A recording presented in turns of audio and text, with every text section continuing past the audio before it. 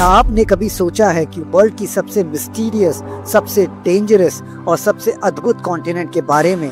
आज हम आपको ले जा रहे हैं एक ऐसे सफर पर जहां इंसान की पहुंच अब तक लिमिटेड है। अंटार्कटिका, वो जगह जहां -89.2 डिग्री सेल्सियस का टेम्परेचर रिकॉर्ड किया गया है, जहां 98% जमीन बर्फ से ढकी हुई है, जहां कोई परमानेंट इंसानी आबादी नहीं है। आज से 480 मिलियन ईयर्स पहले हमारा वर्ल्ड बिल्कुल अलग दिखता था। कॉन्टिनेंट्स बिखरे हुए थे अलग अलग जगहों पर। फिर 240 मिलियन ईयर्स पहले एक सुपर कॉन्टिनेंट बना जिसे जियोलॉजिस्ट ने नाम दिया पैंजिया। सारी जमीन एक जगह हो गई, लेकिन फिर ये टूट गया, लॉरेशिया और गोंडवाना में डिवाइड हुआ और आज हम जिन कॉन्टिनेंट्स को देखते हैं वो इन टुकड़ों के अलग अलग ड्रिफ्ट करने से बने हैं।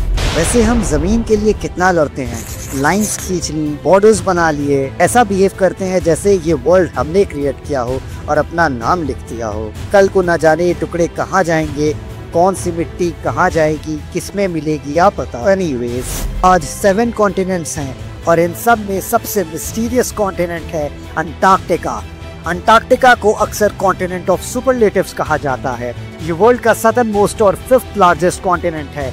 ये ऑस्ट्रेलिया से 2 टाइम्स और इंडिया से 4 टाइम्स बड़ा है। 5.5 मिलियन स्क्वायर पे फैला ये वर्ल्ड का हाईएस्ट, ड्राइएस्ट, विंडिएस्ट, कोल्डेस्ट और आइसिएस्ट कॉन्टिनेंट है। अंटार्कटिका का मैप है, इसके कुछ इंपॉर्टेंट आइस शेल्फ जैसे रॉस और रॉन आप देख सकते हैं।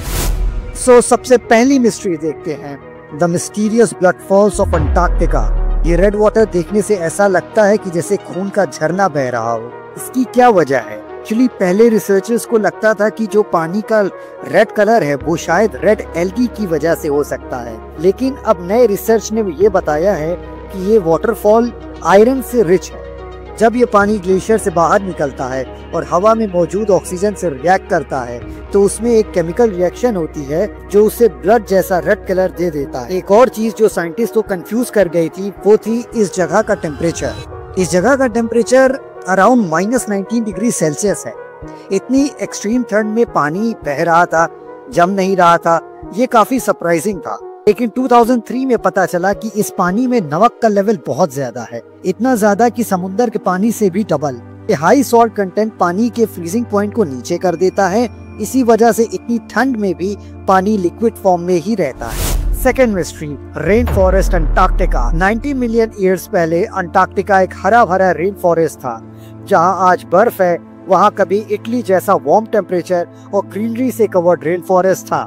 2020 में सेडिमेंटोलॉजिस्ट जोहान क्लागिस ने एक ऐसे फॉसिलाइज्ड ट्री रूट्स के बारे में बताया जो उन्होंने 2017 में सी फ्लोर से निकाला था। उनको इसमें कुछ अजीब दिखा, इसलिए उन्होंने इसका सिटी स्कैन करने का फैसला किया। स्कैन में उन्हें येलो कलर का स्ट्रैटा दिखाई दिया, ये सैंडस्टोन था और एक पूरा फॉसिल रूट्स का नेटवर्क भी मिला। और सिर्फ इतना ही नहीं, 75 बिलियन ईयर्स पहले यहाँ जंगल में आग भी लगी थी। जेम्स रॉस आइलैंड पर चाकोल के टुकड़े मिले हैं। अब सवाल ये है कि क्या ग्लोबल वार्मिंग के कारण अंटार्कटिका फिर से एक रेन फॉरेस्ट बन सकता है? Third mystery, pyramid shaped mountains. Satellite images ने दिखाया एल्सवर्थ रेंज में एक माउंटेन जो बिल्कुल गिजा के पिरामिड जैसे दिख रहा था।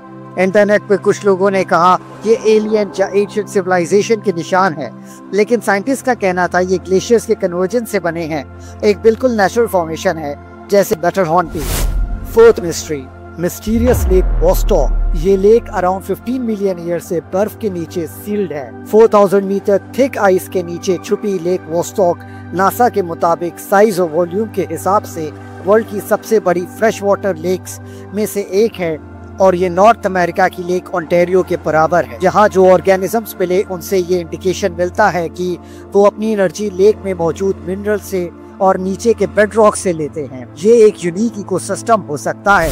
Another mysteries of Gamburtsev mountain. ये एल्प्स जितने बड़े हैं बट फिर भी दिखाई नहीं देते because it's buried deep under 4 kilometre thick Antarctic ice sheet. Scientists found that ये माउंटेन अराउंड 1 बिलियन ईयर्स पहले कई कॉन्टिनेंट्स या माइक्रो कॉन्टिनेंट्स के कोलिजन से बनी थी और बाद में इरोजन से घिस गई। लेकिन फिर गोंडवाना के टूटने के टाइम ये दोबारा अपलिफ्ट हुई जैसे किसी ने बरीड ट्रेजर दोबारा जमीन पे ले आया हो। ग्लेशियर्स ने इसको और शेप दिया, लेकिन फिर 34 बिलियन ईयर्स पहले बर्फ ने इसको परमानेंटली छुपा दिया।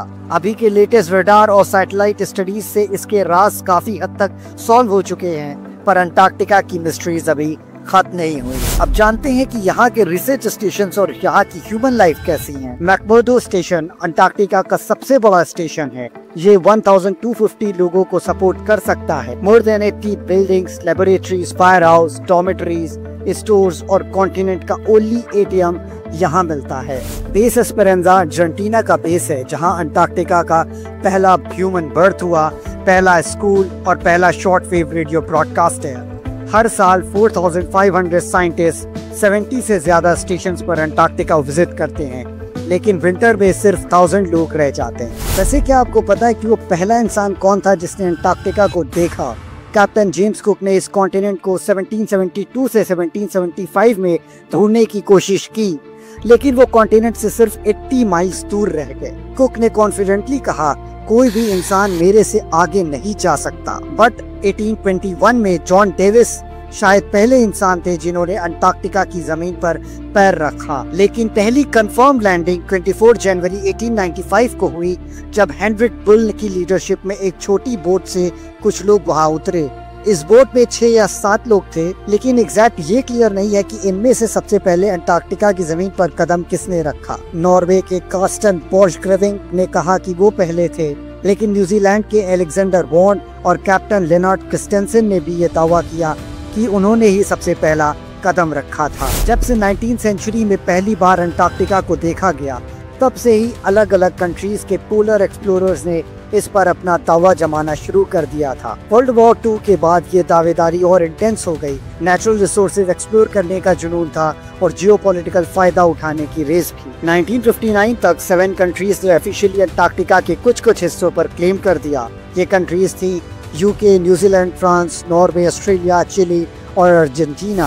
अब ये सब राइवलरी बड़ी मुश्किल क्रिएट कर सकती थी, लेकिन 1959 में 12 कंट्रीज ने मिलकर साइन किया अंटार्कटिक ट्रीटी। ये कंट्रीज उस वक्त एक्टिवली साइंटिफिक रिसर्च कर रही थी अंटार्कटिका के आसपास। आज की डेट में 58 कंट्रीज इस ट्रीटी का पार्ट हैं और ये ट्रीटी कवर करती है सब कुछ जो 60 डिग्री साउथ लैटिट्यूड के नीचे है, इंक्लूडिंग आइस शेल्फ्स और आइलैंड्स। ट्रीटी के कुछ इंपॉर्टेंट रूल्स हैं। अंटार्कटिका सिर्फ पीसफुल पर्पसेस के लिए यूज होगा। जो भी साइंटिफिक रिसर्च हो उसका डेटा फ्रीली शेयर किया जाएगा। साइंटिफिक इन्वेस्टिगेशंस अलाउड है, मिलिट्री एक्टिविटीज नहीं।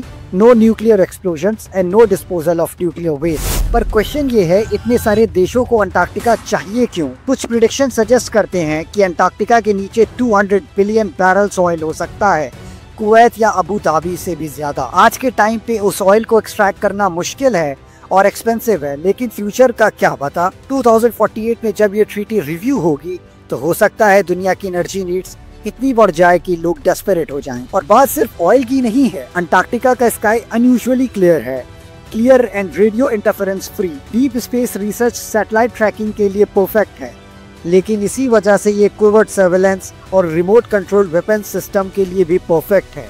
चाइना अपने 5th रिसर्च स्टेशन का कंस्ट्रक्शन अंटार्कटिका में कर रहा है। रिपोर्ट के मुताबिक ये बेस डुअल यूज हो सकता है, मतलब साइंस के नाम पे सर्वेलेंस भी। स्टेशन की लोकेशन ऐसी है कि वहां से ऑस्ट्रेलिया और न्यूजीलैंड से सिग्नल्स इंटेलिजेंस गैदर की जा सकती है। ऑल्दो चाइना कहता है उनका मकसद सिर्फ साइंटिफिक रिसर्च है। अब देखते हैं अंटार्कटिका पे ह्यूमन इम्पैक्ट्स का क्या असर है और उसके एनवायरनमेंट को कौन कौन से थ्रेट्स हैं। Race of nations, rivalries for domination और ह्यूमन ग्रीड फॉर सुपीरियरिटी, ये सब अंटार्कटिका के प्रिस्टीन एनवायरनमेंट के लिए खतरा बन गए हैं। कुछ स्पीशीज एक्सटेंशन तक पहुंच गई हैं। अनट्रीटेड सूएज सी में डिस्चार्ज कर दिए जाते हैं। Discarded equipment, plastics, fishing nets, chemicals, oil, इन सब ने लैंड को डिग्रेड कर दिया है।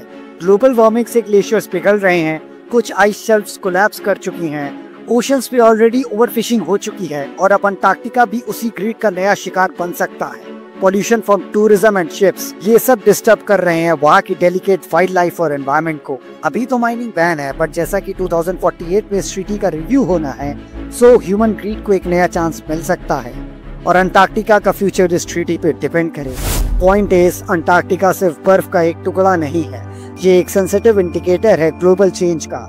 इसकी पोलर आइस कैप एक ऐसी टाइम कैप्सूल है जो हजारों सालों से क्लाइमेट का रिकॉर्ड संभाले हुए है, जिसे पढ़कर हम समझ सकते हैं कि रीसेंट क्लाइमेट चेंज कितना अलार्मिंग है। लेकिन हर कहानी में उम्मीद भी होती है। आज साइंटिफिक स्टेशंस पर एनवायरमेंटल ऑडिट्स हो रहे हैं, अल्टरनेटिव एनर्जी का यूज बढ़ रहा है और प्रोटेक्टेड जोन्स बनाए जा रहे हैं जहां ह्यूमन इंटरफेरेंस या तो लिमिटेड है या अलाउड है। एक्सपीडिशनर्स को भी आज पहले से ज्यादा एडुकेट किया जा रहा है। लेकिन सवाल ये है, जब नेशंस की रेस पावर के लिए हो, जब ह्यूमन ग्रीड रुकने का नाम ना ले, तो क्या ये एफर्ट्स काफी होंगे? क्या हम अंटार्कटिका को बचा पाएंगे या नहीं? वक्त ही बताएगा। वैसे अंटार्कटिका में इंडिया के भी रिसर्च स्टेशन हैं। 1983 में पहला स्टेशन दक्षिण गंगोत्री बनाया गया था, लेकिन कुछ सालों बाद वो स्नो में सिंक हो गया और अबैंडन करना पड़ा। आज के टाइम पर 2 एक्टिव स्टेशन हैं, मैत्री और भारती।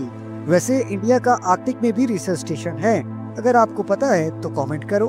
और अगर आपको ये वीडियो पसंद आई और भी जो मैंने वीडियोस बनाई है, मेरा वर्क पसंद आ रहा है, तो please like, share and subscribe जरूर करो। कुछ अलग करना, ट्रेडिशनल थिंग से हट के करना इजी नहीं होता, सो प्लीज सपोर्ट करो सो दैट मैं और वीडियोस बना सकूं। सो फिर मिलेंगे किसी ऐसी इंफॉर्मेटिव वीडियो के साथ। Till then, good bye.